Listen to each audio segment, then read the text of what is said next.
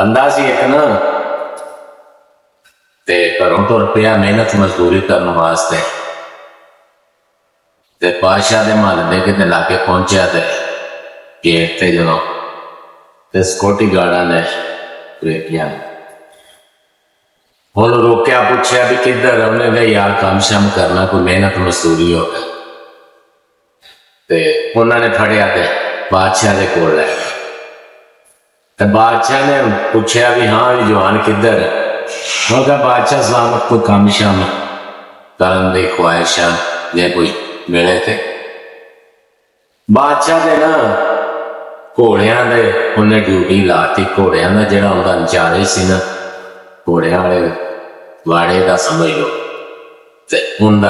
उन्हें इंचार्ज मर गया सी उन्होंने लाता इंचार्ज काम शाम शुरू करता कुछ दिन लंघे तो बादशाह ने पूछा भी यह घोड़े का दस यार यह घोड़ा जड़ा ना की इनकी खासियत है की सूरत हाल उन्हें कहा बादशाह सलामत घोड़ा बहुत चंगा पर हरकत चंगिया नहीं हरकत चंगिया नहीं एक काम का नहीं उन्हें कहा यार भी तेनू किवें पता उन्हें कहा घोड़ा जरा नस्ली होवे ना होवे घोड़ा उन्हें कहा भी वो मुंह च पट्ठे पा के ते मुंह चक के खांदा ते ये मुंह थले कर लेंदा ते पट्ठे खाई देता या तो इन्हें अपनी मां का दुध नहीं पीता ते या इवें दा कुछ यानी कि इन्हें रौला है खानदान नहीं बादशाह सलामत बड़ा परेशान ते खुश भी बड़ा होया कि बंदा बड़े काम का लगा उन्हें कहा यार हाँ जब ये साडा घोड़ा यानी कि घोड़ी सूई सी ना उदों घोड़ी मार गई सी ते असीं इहनूं फतवां दा दुध पिया बादशाह ने कहा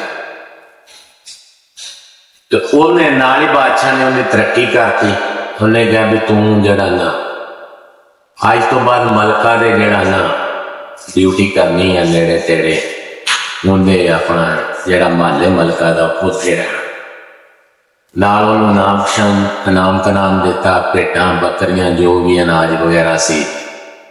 भेटां दित्तियां बकरियां दित्तियां अनाज वगैरह जो भी सी दिता ते उन्हें मलका दे महल ते ड्यूटी शुरू करती कुछ दिन लंघे ते जड़ा सी बादशाह ने मलका बारे पूछा भी मलका की दस की सूरत हाल है किवें दी है उन्हें कहा बादशाह सलामत गल वड्डी आ ते जड़ा ना मलका जड़ी है ना ये कोई शाही खानदान की नहीं गी ना इहदे साहबजादियां वाली गल है बादशाहियां वाली जिवें बादशाहियां दियां धीआं हुंदियां भी एवें जड़ा काम करन वालियां नूं मज़ारियां नूं वड्डू गल्लों करी जाती है कि कोई ना इहदे शहजादियां इस तरह नहीं करदियां होंदियां शहजादियां बड़े सुभाऽ नाल गल करदियां जिहड़ियां खानदानी शहजादियां उन्हें कहा नहीं यार उन्हें कहा गल नहीं शहजादी नहीं है खानदानी शहजादी नहीं है बादशाह ने अपनी सस नूं पैगाम भेजा या उनके कोल पहुंच गया उन्होंने पूछा भी है मेरी जड़ी हैगी है मलका इनके बारे सही सही गल दसनी उन्हें कहा बादशाह गल वाकई सही है तेरे अब्बे ने साडे को रिश्ता मंग लिया सी जदों जम्मी है या पैदा हुई है ते साडी जड़ी वो कुड़ी सी ना वो गई मार 6 महीने की हो गई 8 महीने की हो गई यानी ते असी फिर किसी तो कुड़ी लैके जड़ा ना पाली सांभी ते अपनी रिश्तेदारी नूं अपने जड़ी सी ना बरकरार रखने वास्ते असी फिर रिश्ता तुहाडे नाल कीता यानी कि वो किसी की कुड़ी सीगी शहजादी नहीं सी बंदा बड़े काम का सी बादशाह ने फिर उन्होंने इनाम दिता फिर बकरियां जो भी अनाज वगैरह सी दिता कीता फिर उनकी तरक्की करती उन्हें कहा अज तो बाद तू मेरे नाल ड्यूटी करनी बादशाह ने आपके नाल ड्यूटी ला ली कुछ दिन लंघे थे बादशाह ने आपके बारे पूछ लिया हुण जदों बादशाह के आपके तो गल आई तो बंदा जरा चुप कर गया उन्हें कहा गल सच्ची कहती ते हो सकता है मार ही ना देवे चुप सिर नीवा बादशाह ने कहा यार गल कर। उन्होंने कहा बादशाह सलामत जान बख्शो ते फिर गल करा, गल सच्ची करा, लेकिन जान बख्शन का वादा। बादशाह ने वादा कर। ते जदों उन्हें कहा, उन्होंने कहा कि बादशाह सलामत मैनू तुसी भी बादशाह के पुत्र नहीं लगते, मैनू तुसी भी किसी चरवावे के पुत्र हाँ, बकरियां चारन वाले के पुत्र लगते। ते बादशाह के अखां चो खून पसीने और पसीने ते बड़े बुरे हाल ते बहुत परेशान भी मेरी गल किधर। घर बादशाह ने आपकी मां को पूछा, दसिया, किया, करया। मां ने भी अपनी जड़ी सी हिस्टरी सुनाई। उन्हें कहा पुत्र असी अपनी बादशाही बचाने वास्ते जेड़ा साडा सी ना पुत्र, मेरे पेट का, मेरे ढिड का पुत्र, वो फौत हो गया सी 2 साल का होते।